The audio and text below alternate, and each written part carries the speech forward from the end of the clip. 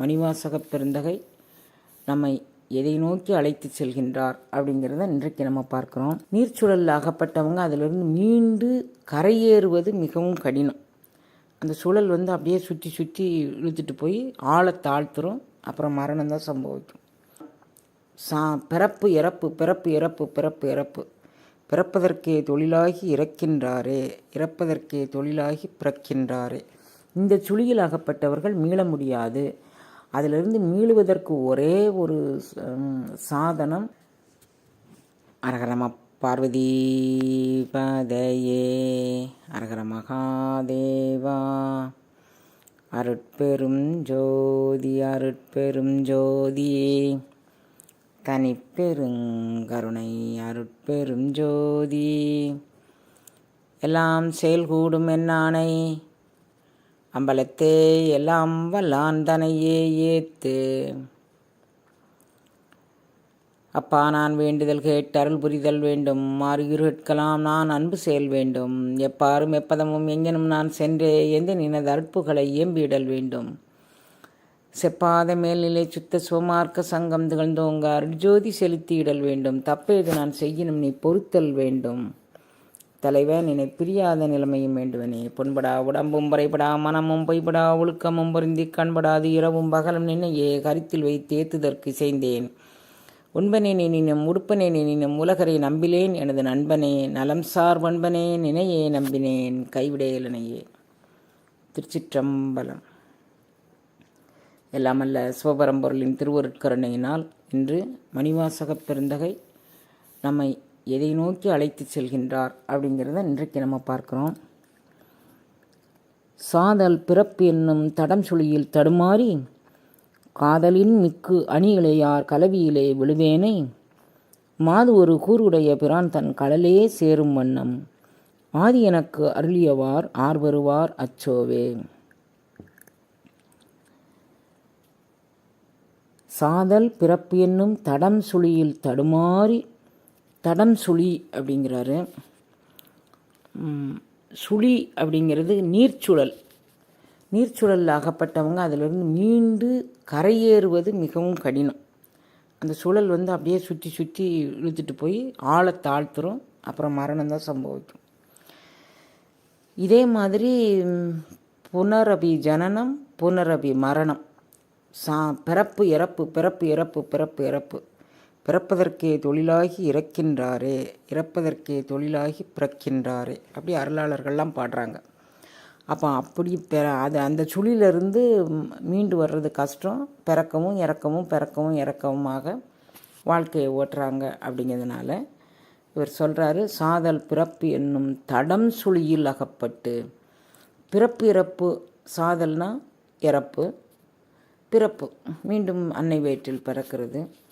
அப்போ அது மாதிரி பிறந்து பிறந்து செத்துக்கிட்டு இருக்கக்கூடிய என்ன இறைவன் அந்த சுழியில், அந்த பிறப்பு சுழியில், அப்புறம் தடம் சுழியாகிய காதலின் மிக்கு அணி இளையார் கலவியிலே விழுவேன்னு. சாதல் பிறப்பும் தடம் சுழி தான். காதலின் மிக்கு அணி இளையார் பந்தமும் தடம் சுழி தான். அதிலிருந்து மீள முடியாது. அதுவும் நம்மளை அப்படியே இழுத்துட்டு போய் மூழ்கடிச்சிடும். ஒரு மனிதனுக்கு சுவாதிஷ்டான சக்கரம்தான் தடம் சுழி அப்படின்னு சொல்லுவாங்க. சுவாதிஷ்டான யோக நூல் அப்படி தான் சொல்லுது. சுவாதிஷ்டான சக்கரம் நீர் பிரதேசம் அப்படின்னு வர்ணிக்குது யோக நூல். அந்த தடம் சுழியிலிருந்து விடுபடாமல் நம்மளுக்கு சாதலையும் பிறப்பையும் கலக்க முடியாது. காதலின் மிக்க அணி இளையார் கலவியையும் கடக்க முடியாது. விசித்தி சக்கரத்திற்கு மேல் போனால் தான் இதை கலக்க முடியும். அதற்கு மேலே போனால் சதாசிவ மண்டலம் அப்படிங்கக்கூடிய சகசிரதளம் உள்ளது. அப்போ அந்த சதாசிவ மண்டலம்ங்கக்கூடிய சகசிரதளத்தில் மாதூரு குருடையபுரான் தன் கடலே சேருமனம். சதாசிவ மண்டலத்தில் யார் இருக்கான்னா மாதூரு குருடைய, அதாவது மாதூரு குருனாக சிவபெருமான் சதாசிவனாக அங்கு விற்றிருக்கிறான். சதாசிவ திருக்கோலம் மாதூரு குருடைய திருக்கோலம்.